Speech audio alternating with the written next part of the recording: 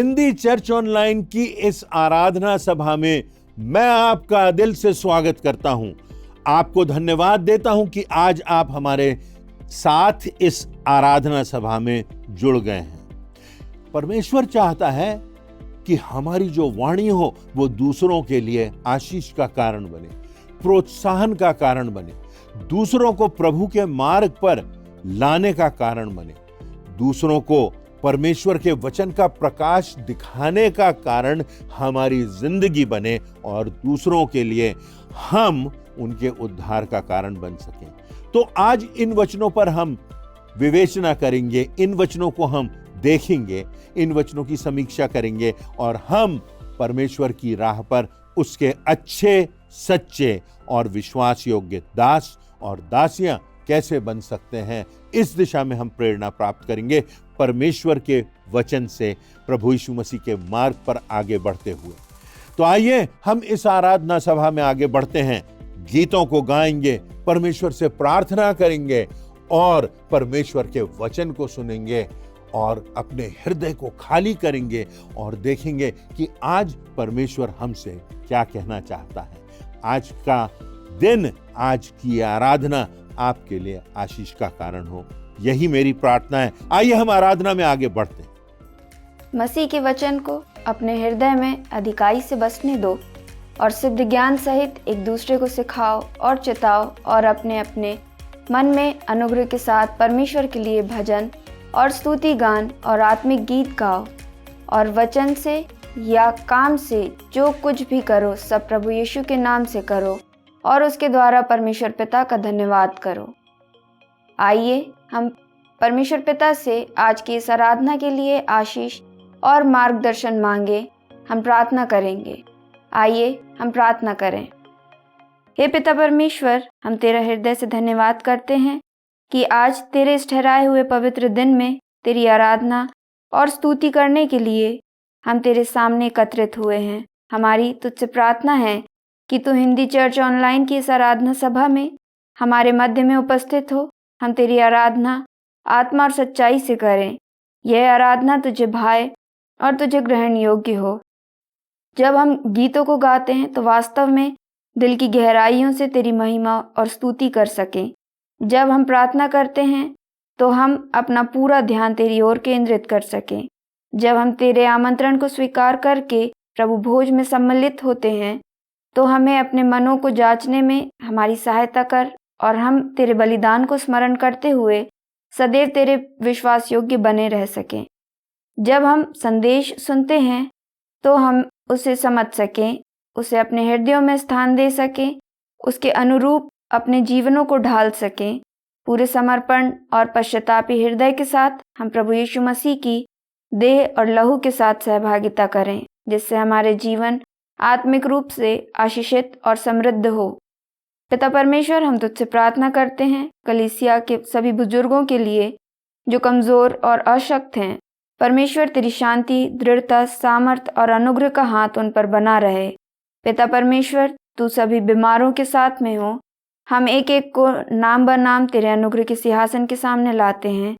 तू इन्हें पूर्ण रूप से स्वस्थ कर, इनकी अस्वस्थता और कमज़ोरी पूर्ण रूप से प्रभु यीशु मसीह के नाम से दूर हो सके और ये तेरी महिमा और तेरी गवाही के माध्यम बन सके। इस विनती को अपने उद्धारकर्ता, मुक्तिदाता प्रभु यीशु मसीह के नाम में बड़े धन्यवाद, आदर और विश्वास के साथ मांगते हैं। आमीन। परमेश्वर का वचन कहता है, मैं करुणा और न्याय के विषय गाऊंगा। हे यहोवा, मैं तेरा ही भजन गाऊंगा। मैं बुद्धिमानी से खरे मार्ग में चलूंगा। तू मेरे पास कब आएगा? मैं अपने घर में मन की खराई के साथ अपनी चाल चलूंगा। मैं किसी ओछे काम पर चित न लगाऊंगा। मैं कुमार्ग पर चलने वालों के काम से घिन रखता हूँ। ऐसे काम में मैं न लगूंगा। टेढ़ा स्वभाव मुझसे दूर रहेगा। मैं बुराई को जानूंगा भी नहीं। आइए परमेश्वर पिता के आदर और महिमा में कुछ गीत और कोरस गा लेंगे।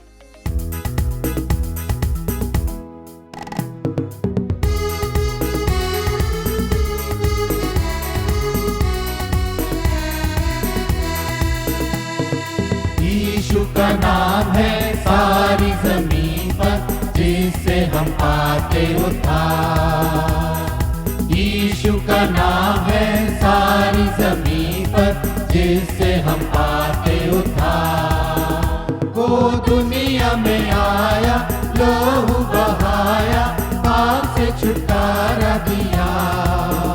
वो दुनिया में आया, लहू बहाया, पाप से छुटकारा दिया। हमको बचाने, मुक्ति दिलाने, यीशु सलीब पर मरा। हमको बचाने, मुक्ति दिलाने, यीशु सलीब पर मरा। यीशु का नाम है सारी जमीन पर, जिससे हम पाते उद्धार। आसमान के नीचे लोगों के बीच में कोई दूसरा नाम नहीं है। आसमान के नीचे लोगों के बीच में कोई दूसरा नाम नहीं है। सिर्फ यीशु का नाम है सारी जमीन पर, जिससे सब पाते उद्धार। सिर्फ यीशु का नाम है सारी जमीन पर, जिससे सब पाते उद्धार। यीशु का नाम है सारी जमीन पर, जिससे हम पाते उद्धार। लोगों बाइबल पढ़ो और दुआ करो तुम, यीशु जल्दी आने वाला है। लोगों बाइबल पढ़ो और दुआ करो तुम, यीशु जल्दी आने वाला है। जाते रहो और प्रार्थना करो तुम, यीशु जल्दी आने वाला है। जागते रहो और प्रार्थना करो तुम, यीशु जल्दी आने वाला है। यीशु का नाम है सारी जमीन पर, जिससे हम पाते उद्धार। जो लाए ईमान अब यीशु नाम पर, जिंदा हमेशा रहेगा। जो लाए ईमान अब यीशु नाम पर, जिंदा हमेशा रहेगा। वो ही मार्ग है, वो ही सत्य है, वो ही अनंत जीवन है। वो ही मार्ग है, वो ही सत्य है, वो ही अनंत जीवन है। यीशु का नाम है सारी जमीन पर, जिससे हम पाते उद्धार। यीशु का नाम है सारी जमीन पर, जिससे हम पाते उद्धार।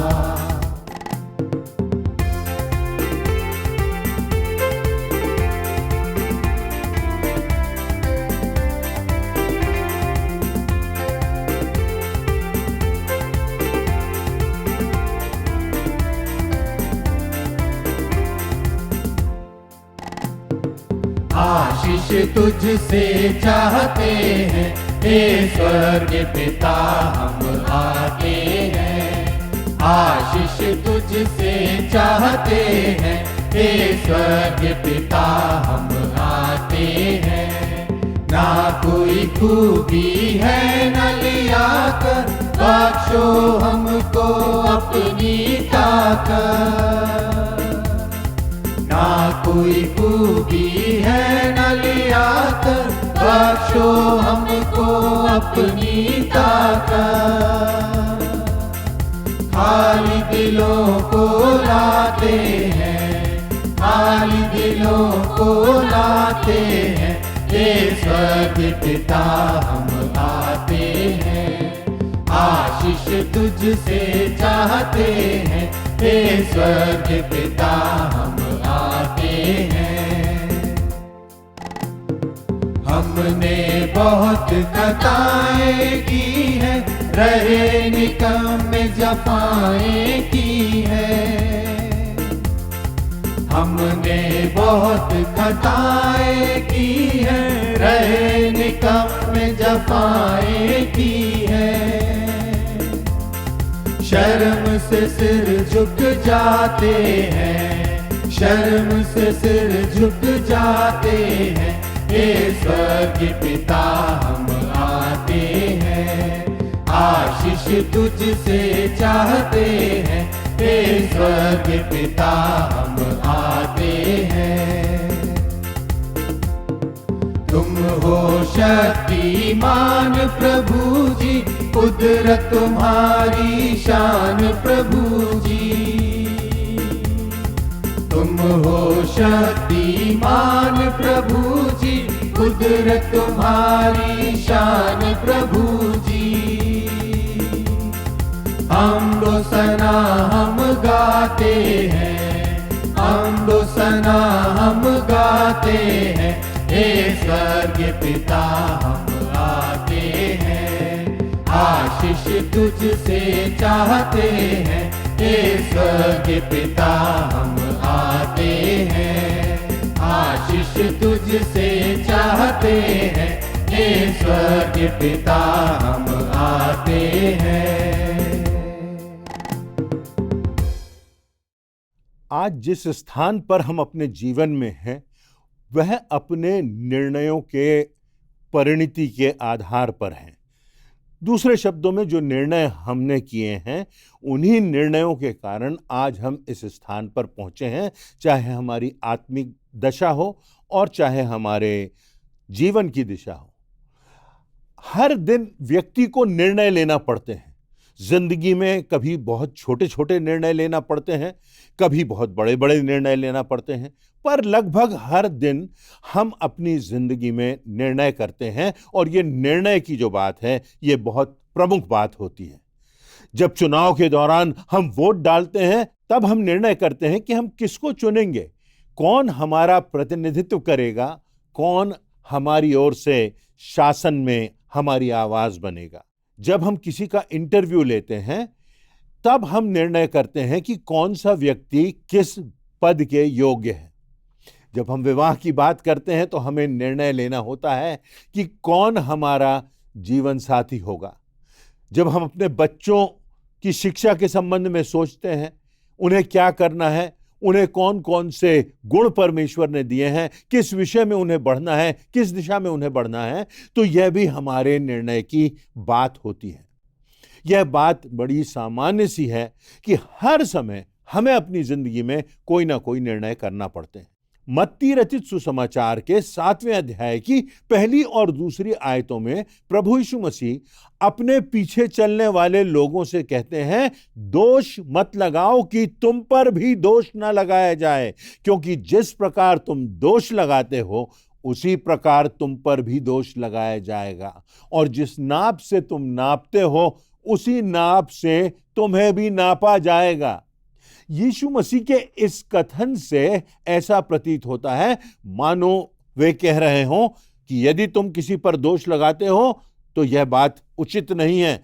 यह बात परमेश्वर के वचन के विरोध में है। किसी विवाद में अपनी राय मत दो, किसी के जीवन में सलाह तो दो, परंतु किसी का जीवन कैसा है, इस बात का निर्णय तुम अनंत के परिप्रेक्ष्य में मत करो। और इस संदर्भ में मत करो कि वो व्यक्ति किस प्रकार का है, क्योंकि वास्तव में जो व्यक्ति है वो परमेश्वर की दृष्टि में कैसा है, यह बात प्रमुख होती है। जो बात हमको समझना है वो ये कि जो फैसला परमेश्वर को करना है किसी भी व्यक्ति के विषय में, वह हम ना करें। प्रभु यीशु मसीह ने कहा है कि हम दोष ना लगाएं, क्योंकि यदि हम दोष लगाएंगे तो उसी पैमाने से हमको भी तौला जाएगा। यदि हम किसी से कहें कि तुम्हें ऐसा नहीं करना है और हम वैसा करते हैं, तो न्याय का समय जब आएगा तो हम भी उसी पैमाने से नापे जाएंगे। तो इस बात को हमें समझना है कि हम किस आधार पर फैसला करते हैं, किस आधार पर अपने जीवन में निर्णय करते हैं। बाइबल में न्यायियों की पुस्तक पाई जाती है। इसमें उन लोगों का वर्णन है जो परमेश्वर के द्वारा ठहराए गए थे और जो लोगों का न्याय करते थे। मूसा को एक न्यायी भी कहा गया है। पौलुस भी कुरिन्थियों की पहले पत्र के 6वें अध्याय की 2 और 3 आयतों में मसीह विश्वासियों से, कलीसिया के सदस्यों से कहता है, क्या तुम नहीं जानते कि पवित्र लोग जगत का न्याय करेंगे? सो जब तुम्हें जगत का न्याय करना है तो क्या तुम छोटे से छोटे झगड़े का न्याय करने के योग्य नहीं? क्या तुम नहीं जानते कि तुम स्वर्गदूतों का न्याय करोगे? इन आयतों में प्रभु यीशु मसीह के कहने का अर्थ क्या है? क्या यह है कि दोष न लगाओ?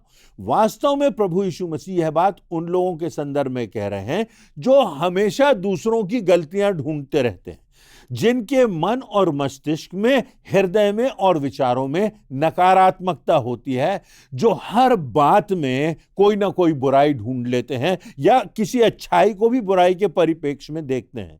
प्रभु यीशु मसीह यह बात उस पति से कह रहा है जो अपनी पत्नी की अच्छाइयां, उसके परिश्रम और उसका त्याग नहीं देखता, पर छोटी छोटी बातों में उसको बुरा कहता है, उसको निराश करता है। यह बात उस पत्नी के लिए प्रभु यीशु मसीह कह रहे हैं जो अपने पति की अच्छाइयों को कभी नहीं समझती, उनकी तारीफ नहीं करती और हमेशा पति की कमजोरियों पर अपनी आवाज उठाती रहती है, उसकी आलोचना करती रहती है। यह बात उन माता पिता के लिए प्रभु यीशु मसीह कह रहे हैं जो हर बात में अपने बच्चों को डांटते हैं, उनको ताड़ना देते हैं और उनकी प्रशंसा नहीं करते। यह बात वह कलीसिया के उन सदस्यों से कह रहे हैं जो आराधना में बैठकर भी लोगों की, पासबान की, वक्ता की, प्राचीनों की गलतियां ढूंढते रहते हैं। प्रश्न यह उठता है कि क्या हम एक दूसरे की आलोचना और बुराई क्यों करते रहते हैं? हम दूसरों पर क्यों दोष लगाते रहते हैं? आज के संदेश में हम इन्हीं कारणों की विवेचना करेंगे और देखेंगे कि दोष लगाना परमेश्वर की दृष्टि में किस प्रकार से एक गंभीर पाप है। हम यह भी देखेंगे कि इस पाप से खुद को हम कैसे दूर रख सकते हैं। तो इस संदर्भ में पहली बात जो हमें समझना है कि हम स्वयं की गलतियों को छुपाने के लिए दोष ना लगाएं। अक्सर हम स्वयं की गलतियों को छुपाने के लिए दूसरों पर दोष लगाते हैं कि दूसरा व्यक्ति हमसे कुछ नीचा दिखाई देने लगे, कलुषित दिखाई देने लगे, छोटा दिखाई देने लगे। यूहन्ना रचित सुसमाचार के 12वें अध्याय में उस घटना का वर्णन है जब मरियम ने जटामांसी का बहुमूल्य इत्र यीशु के पैरों पर मला। तो यहूदा इस्करियोती ने कहा कि इतना बहुमूल्य इत्र 300 दिनारों में बेचकर कंगालों को बांटा जा सकता था, परंतु वचन में आगे लिखा है कि यह बात उसने इसलिए नहीं कही कि उसे कंगालों की चिंता थी, पर इसलिए कही क्योंकि वह स्वयं चोर था, पैसों की थैली उसके पास रहती थी। यीशु मसीह की आलोचना की गई, यहां तक कि प्रभु यीशु मसीह की भी लोगों ने आलोचना की, जबकि वह निष्कलंक था, निष्पाप था। उसे पापियों का मित्र कहा गया, परमेश्वर की निंदा करने वाला कहा गया, उसे पेटू और पियक्कड़ कहा गया और न जाने कितनी बातें प्रभु यीशु मसीह के विषय में लोगों ने कही। ऐसी आलोचना करने वाले वे लोग थे जो वास्तव में प्रभु यीशु मसीह से जलन रखते थे। उसकी प्रतिष्ठा देख करके उनको पीड़ा होती थी, क्योंकि प्रभु यीशु मसीह की लोकप्रियता बहुत तेजी से बढ़ रही थी। वह लोगों की भलाई कर रहा था, वह लोगों को चंगा कर रहा था, वह लोगों को स्वीकार कर रहा था, वह लोगों को गले लगा रहा था, वो लोगों को उनके पापों से छुड़ा रहा था और धार्मिक अगुओं के पाखंड को भी उजागर कर रहा था। इसी कारण ये अगुए जलन रखते थे, क्रोध में अपनी गलती छुपाने के लिए प्रभु यीशु मसीह की आलोचना करते थे, उसको बुरा कहते थे ताकि वो उससे बेहतर दिखाई दें और उससे ऊंचे पद पर लोग उनका सम्मान करें। एक बात यह है कि लोगों का ध्यान अपनी ओर आकर्षित करने के लिए भी हम दूसरों पर दोष लगाते हैं। किसी पर दोष लगाएंगे तो हमारा नाम आ जाएगा। किसी बड़े व्यक्ति के लिए यदि हम कुछ गलत कहेंगे तो हमारा नाम आ जाएगा, हमारी कोई अहमियत हो जाएगी। हम सोचते हैं कि दूसरों के विषय में बुरा बोलेंगे तो कुछ लोग हमारी ओर आकर्षित हो जाएंगे, क्योंकि बहुत से लोग, कोई व्यक्ति जो लोकप्रियता को प्राप्त करता है उससे जलन रखते हैं, उससे द्वेष की भावना रखते हैं। और ऐसा करने से लोगों को सस्ती लोकप्रियता प्राप्त हो जाएगी, उनका नाम ऊंचा हो जाएगा, कम से कम लोग उनका नाम जानने लगेंगे। यह बात भी है कि कई बार लोग चोट पहुंचाने के लिए दोष लगाते हैं। किसी ने कहा है हथियारों से तो शरीर टूटता है, पर आलोचना से, झूठे आरोपों से व्यक्ति का मनोबल और उसका दिल टूटता है। शब्द कहीं ज्यादा चोट पहुंचाते हैं, मन को, हृदय को, मस्तिष्क को पीड़ा पहुंचाते हैं। अपने जीवन में सबसे ज्यादा दर्द शायद आपको अपने लोगों के द्वारा कही गई नकारात्मक बातों से ही मिलता होगा। हमें यह बात समझना है कि मसीह जीवन में नकारात्मक आलोचना का स्थान नहीं है, क्योंकि जब हम किसी की आलोचना करते हैं तो उसके लिए हम ठोकर का कारण बन जाते हैं। हमें यह भी समझना है कि गलत आलोचना परिवारों को तोड़ती है, संबंधों को तोड़ती है, व्यक्ति के हृदय को तोड़ती है, यहां तक कि कलीसियाओं को भी प्रभावित करती है, दुष्प्रभाव डालती है और किसी के जीवन की और मसीह समाज की, या किसी व्यक्ति को जो कह रहा है कि हम परमेश्वर के पीछे चल रहे हैं, प्रभु यीशु मसीह हमारे हृदय में है, उसकी गवाही को भी कलुषित करती है। इसी कारण प्रभु यीशु मसीह चेतावनी दे रहे हैं कि जिस प्रकार तुम दोष लगाते हो उस प्रकार तुम पर भी दोष लगाया जाएगा। वह कहते हैं यदि तुम क्षमा करोगे तो क्षमा प्राप्त करोगे, यदि तुम दूसरों को क्षमा नहीं करोगे तो परमेश्वर भी तुम्हें क्षमा नहीं करेगा। इसलिए आज हमें अपने जीवन को देखना है कि कहीं हमारे जीवन में यह व्याधि तो नहीं आ गई, कहीं हमारा सोच, हमारा व्यवहार, हमारी मानसिकता इस प्रकार की तो नहीं हो गई कि हम लोगों की गलतियों को ही देखते हैं, हमारा ध्यान लोगों की कमियों की ओर जाता है, हम लोगों को चोट पहुंचाने वाली बातें करते हैं, लोगों को निराश करते हैं। क्या जब लोग आपके पास आते हैं, आपसे बात करते हैं, तो उन्हें प्रोत्साहन मिलता है, उन्हें प्रेम मिलता है, उन्हें प्रभु यीशु मसीह के स्पर्श का एहसास होता है, या उन्हें निराशा हाथ लगती है? कहीं हम ऐसी मानसिकता के तो नहीं हो गए जो सदैव दूसरों की कमियों को ढूंढते हैं, आलोचना करते हैं। इसलिए किसी की आलोचना करने से पहले, किसी पर दोष लगाने से पहले परमेश्वर के आधार पर हमें कुछ बातों पर ध्यान देना होगा। सबसे पहले हमें स्वीकार करना है कि दोष लगाना एक गंभीर पाप है। कुरिन्थियों के नाम अपनी पहली पत्री के 10वें अध्याय की 8वीं से 10वीं आयतों में पौलुस प्रेरित इसराइलियों का उदाहरण देते हुए लिखता है, और ना हम व्यभिचार करें जैसा उनमें से कितनों ने किया, और एक दिन में 23,000 मर गए, और ना हम प्रभु को परखें जैसा उनमें से कितनों ने किया और सांपों के द्वारा नाश किए गए। दोष लगाना या नकारात्मक आलोचना करना, व्यभिचार करना और प्रभु को परखने जैसा पाप है, जिसका परिणाम अनंत काल तक के लिए किसी व्यक्ति पर हो सकता है।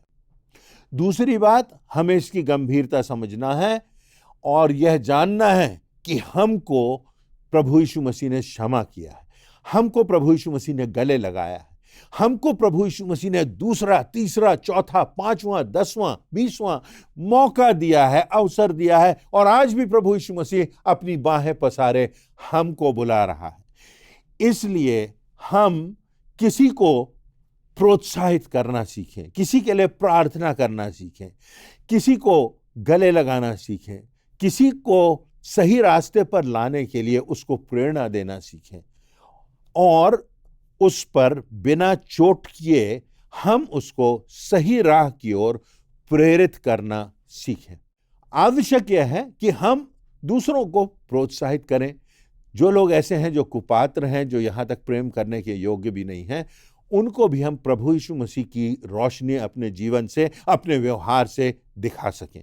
इफिसियों के पत्र में पौलुस लिखता है, हर एक व्यक्ति झूठ ना बोले परंतु सच बोले, चोरी ना करे वरन हाथों से अच्छे कार्यों को करने के लिए परिश्रम करे, अपशब्द ना बोले, गंदी बातें ना बोले, पर ऐसा बोले कि सुनने वालों पर अनुग्रह हो।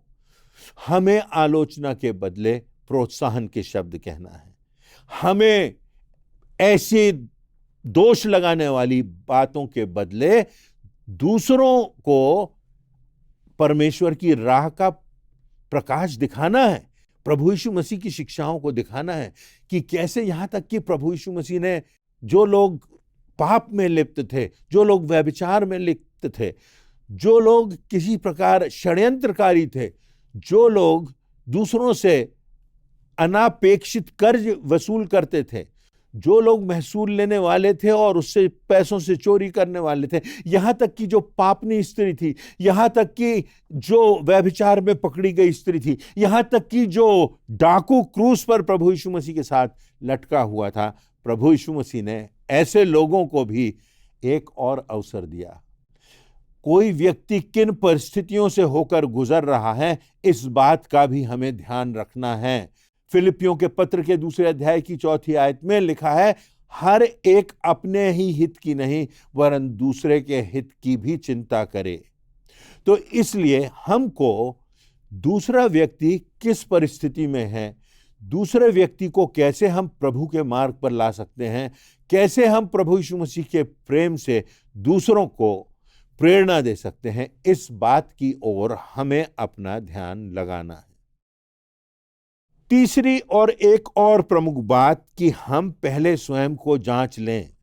मत्ती रचित सुसमाचार के 7वें अध्याय में प्रभु यीशु मसीह अपनी बात को जारी रखते हुए कहते हैं कि दूसरों की आंख का तिनका निकालने से पहले हम अपनी आंख का लट्ठा निकाल लें। प्रभु आंख से तिनका निकालने के लिए मना नहीं करते, परंतु उससे पहले उनकी एक शर्त है कि हम स्वयं की आंख का लट्ठा तो निकाल लें। हमें अपने खुद की कमियां देखना है, अपने आप का पुनर्मूल्यांकन करना है, इससे पहले कि हम दूसरे पर उंगली उठाएं, दूसरे की गलतियों को दूर करने का प्रयास करें या दूसरे को सचेत करें। हम अपने आप को तो देख लें। किसी व्यक्ति की सकारात्मक आलोचना करने के लिए परमेश्वर कभी भी मना नहीं करते, परंतु हमें दूसरे की कमी उसे ऐसे बताना है जैसे कि किसी की आंख से तिनका निकालते हैं।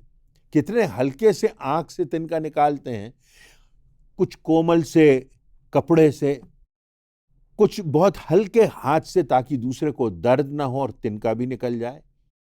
उसी प्रकार से आलोचना भी ऐसी हो जो सकारात्मक हो और जो दूसरे की उन्नति का, दूसरे को प्रभु के पास आने का कारण बन सके। उसके हृदय को ना तोड़ें, परंतु धैर्य से, प्रेम से, प्रार्थना के साथ हम दूसरे व्यक्ति को प्रेरित करें और उसकी कमियों के लिए परमेश्वर के वचन का प्रकाश उस तक पहुंचाएं। परमेश्वर से मेरी प्रार्थना है कि हम दोष लगाने वाले ना बने, परंतु अपने जीवन की कमजोरियों को दूर कर सकें। यह बहुत कठिन होता है कि हम अपनी गलतियों को माने। यह बहुत आसान होता है कि अपनी गलतियों के लिए हम दूसरों को दोषी ठहराएं, परंतु परमेश्वर का वचन कहता है कि हमको दूसरों को चिताना है, दूसरों को समझाना है। यह बात, इसकी मनाही परमेश्वर नहीं कर रहा। परमेश्वर के वचन में लिखा हुआ है कि हमको दूसरों को जा करके बताना है, प्रयास करना है, अपने साथ कुछ लोगों को ले जा करके उसको एक मसीही प्रेम व्यवहार के साथ प्रभु यीशु मसीह की समानता में ले जा करके उसको समझाना है और तब परिपक्वता से उसकी कमियों को दूर करना है। परंतु उससे पहले यह भी आवश्यक है कि हम अपने हृदय को देख लें, अपनी गलतियों को अपने आप से दूर कर लें। हम अक्सर ऐसा करते हैं कि अपनी गलतियों को छुपाने के लिए दूसरों पर दोष लगाते हैं, अपने कद को बढ़ाने के लिए दूसरे के कद को छोटा करते हैं, लोगों का ध्यान आकर्षित करने के लिए उन पर आलोचना करते हैं, लोगों को चोट पहुंचाने के लिए उनकी कमियों को गिनाते हैं। लेकिन दोष लगाने से बढ़कर, आलोचना करने से बढ़कर, पीठ पीछे किसी की निंदा करने से बढ़कर जो बात है वो ये कि हम अपनी कमजोरियों को देख लें, अपनी आंख का लट्ठा निकाल लें, तब हम दूसरे के पास जाएं, अपने जीवन में प्रभु के प्रकाश को प्रकाशित होने दें और तब हम दूसरों को प्रोत्साहित करते हुए आगे बढ़ें। यह बहुत प्रमुख बात है कि हमको परमेश्वर के वचन की सत्यता रखना है और कई बार परमेश्वर के वचन की सत्यता से बहुत से लोगों को पीड़ा पहुंचती है। परमेश्वर के वचन की सत्यता से लोगों को हमें बताना है कि कौन सी बात है जो उचित है और कौन सी बात है जो अनुचित है, कौन सी बात है जो प्रभु की दृष्टि में स्वीकार्य है, कौन सी बात प्रभु को स्वीकार्य नहीं है, कौन सी बात है जो कलीसिया की एकता के लिए प्रमुख है और कौन सी बात है जिसमें हमें अपने अहम को हटाना है, विनम्रता से जाना है। तो हमको इन बातों की जब प्रेरणा मिलेगी, जब हम इन बातों का ध्यान रखेंगे, परमेश्वर के वचन पर चलने के लिए स्वयं को आगे बढ़ाएंगे, प्रोत्साहित करेंगे, उसके वचनों का अध्ययन करेंगे, उसमें परिपक्व बनेंगे, तब लोग हमारी बातों को सुनेंगे, तब लोग हमारे प्रेम को जानेंगे और तब लोग जानेंगे और समझेंगे कि हम उनको अनंत जीवन के मार्ग पर लाने के लिए उनको सही रास्ता दिखाने का प्रयास कर रहे हैं। परमेश्वर के वचन के प्रकाश में उनको हम बता रहे हैं कि उचित क्या है, इस बात को छोड़ना है और परमेश्वर के सत्य की राह पर चलना है।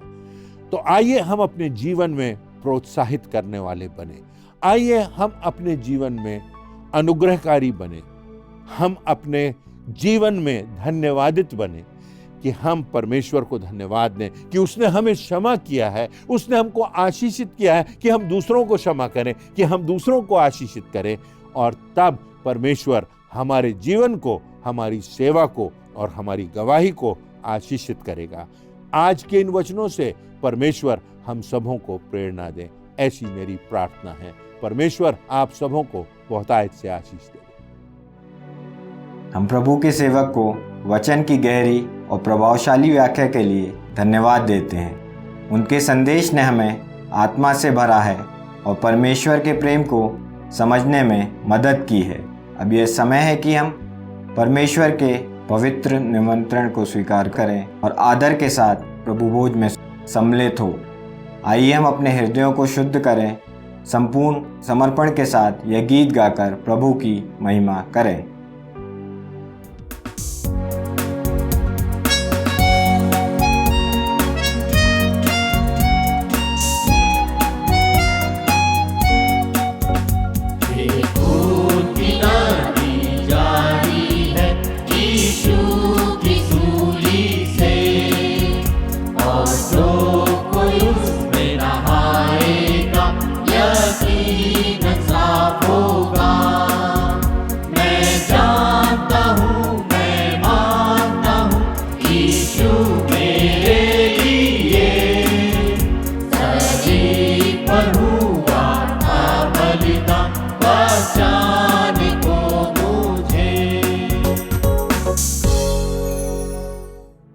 मत्ती रचित सुसमाचार के 22 अध्याय में एक दृष्टांत का वर्णन है जिसमें विवाह भोज पाया जाता है और जो राजा है वो विवाह भोज में अपने लोगों को आमंत्रित करता है और हम देखते हैं कि अपने लोग उसके निमंत्रण को अस्वीकार कर देते हैं। उसके बाद जो राजा होता है वो दूसरे लोगों को अपने भोज में आने का निमंत्रण देता है और विवाह भोज शुरू होता है। वे लोग आते हैं, राजा का घर जो है वो मेहमानों से, अतिथियों से भर जाता है। तब राजा की नज़र अचानक एक व्यक्ति पर पड़ती है जिसने विवाह भोज का वस्त्र नहीं पहने था। आज हम प्रभु भोज में हैं। एक भोज और होगा जो स्वर्ग में होगा और अंश में हम इस बात को पाते हैं कि विवाह वस्त्र वो व्यक्ति नहीं पहने हुए था, इसलिए राजा की नजर उस पर पड़ती है और वो उससे पूछता है कि तूने विवाह का वस्त्र क्यों नहीं पहना। इसके जवाब में उसके पास कोई उत्तर नहीं था और इसलिए राजा अपने सेवकों को आदेश देता है कि इसे अंधेरे में काल कोठरी में डाल दिया जाए जहां रोना और दांत पीसना होगा। मेरे प्रियो, ये प्रभु भोज जो हम प्रति रविवार ग्रहण करते हैं, ये तो इस संसार का भोज है जो हम प्रभु यीशु मसीह के दुखों को स्मरण करने के लिए करते हैं। एक और भोज होगा स्वर्ग में प्रभु यीशु मसीह के साथ, जिसका वायदा प्रभु यीशु मसीह ने किया है। क्या आपने और मैंने उस विवाह भोज के वस्त्रों को पहना है? प्रभु यीशु मसीह हमारी धार्मिकता है, ये बाइबल हमें बताती है। धर्म के वस्त्रों को यानी कि प्रभु यीशु मसीह को पहनने की आवश्यकता है और इस बात को महसूस करते हुए इस ब्यारी में हम शामिल होंगे।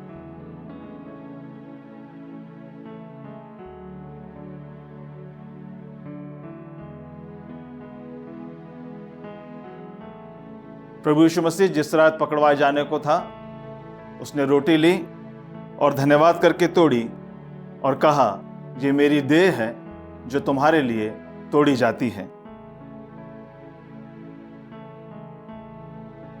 इसी रीति से उसने ब्यारी के पीछे कटोरा भी लिया और कहा, यह कटोरा मेरे लहू में नई वाचा है, जब कभी पियो तो मेरे स्मरण के लिए यही किया करो।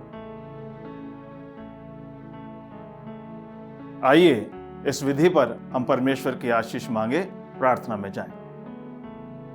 हे हमारे सर्वशक्तिमान दयालु परमेश्वर पिता, धन्यवाद, महिमा, स्तुति, प्रशंसा, जय जयकार करते हुए आपके चरणों में आते हैं, क्योंकि आपने ही हम सब से बहुत अधिक प्रेम किया। आपने ही हम सबको अब तक के जीवन में संभाला और धन्यवाद देते इस बात के लिए कि आपने ही अपने इकलौते बेटे को हमारे लिए दे दिया। आज जबकि हम प्रभु भोज में शामिल होते हैं तो इसे पिता परमेश्वर हम आत्मीयता से ग्रहण करने वाले भी हो सकें। इसके माध्यम से जो शिक्षा प्रभु यीशु मसीह ने हमें दी, उन शिक्षाओं को अपने जीवन से दूसरों में प्रकाशित करने वाले बन सकें। हर एक बातों को आपके हाथों में सौंप देते हैं। इस विधि पर आपकी आशीष मांगते हुए प्रार्थना यीशु मसीह के नाम से मांग लेते हैं, आमीन। जिन्होंने भी प्रभु यीशु मसीह के नाम का बपतिस्मा लिया है वो इस मेज में शामिल हो सकते हैं।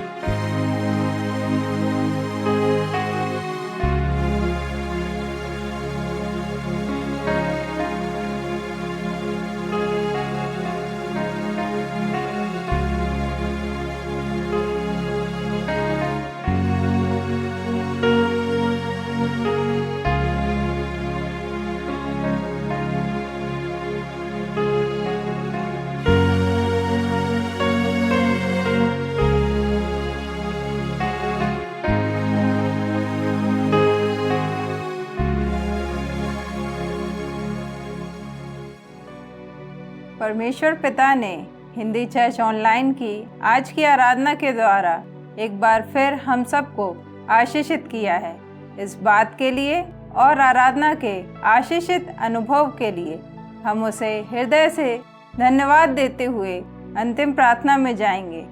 इसके बाद एक कोरस गाकर पिता परमेश्वर की आशीष ग्रहण कर आज की आराधना समाप्त करेंगे। आइए हम प्रार्थना करें। हमारे पिता परमेश्वर, हिंदी चर्च ऑनलाइन की आज की आराधना में आपकी उपस्थिति के लिए हम आपको धन्यवाद देते हैं। हमने इस आराधना में आपके लिए महिमा के गीत गाए, प्रभु भोज में शामिल होकर हम आशीषित हुए। विशेषकर आपके दास के जीवन के लिए आपको धन्यवाद देते हैं कि वह विषम परिस्थितियों में भी बड़े प्रभावशाली रूप से आपके वचन की सेवकाई करते हैं। उन पर आपकी सुरक्षा, आशीष और अनुग्रह बना रहे। साथ ही हिंदी चर्च ऑनलाइन की सेवकाई और पूरी टीम को भी आप बहुतायत से आशीषित करें। आगामी सप्ताह भर आपकी अगुवाई और मार्गदर्शन हम सब पर बना रहे। अपनी देह, प्राण, आत्मा सब कुछ आपके हाथों में सौंपते हुए अपनी इस प्रार्थना को प्रभु यीशु मसीह के जीवित और सामर्थी नाम से मांगते हैं। आमीन।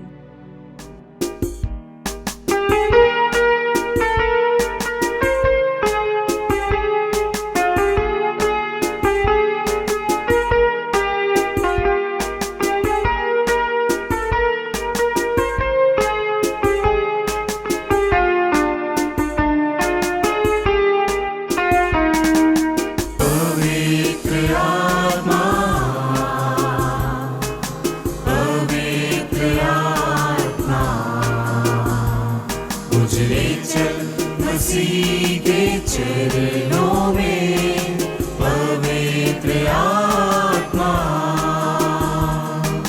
पवित्र आत्मा, पवित्र आत्मा, मुझे चल मसीह के चरणों में पवित्र आत्मा। आइए हम सब परमेश्वर पिता की आशीष ग्रहण करें। अब हमारे पिता परमेश्वर का प्रेम, प्रभु यीशु क्रिस्ट का अनुग्रह और पवित्र आत्मा की शांति और सहभागिता हम सब विश्वासियों के साथ आज से लेकर सदा तक बनी रहे। आमीन।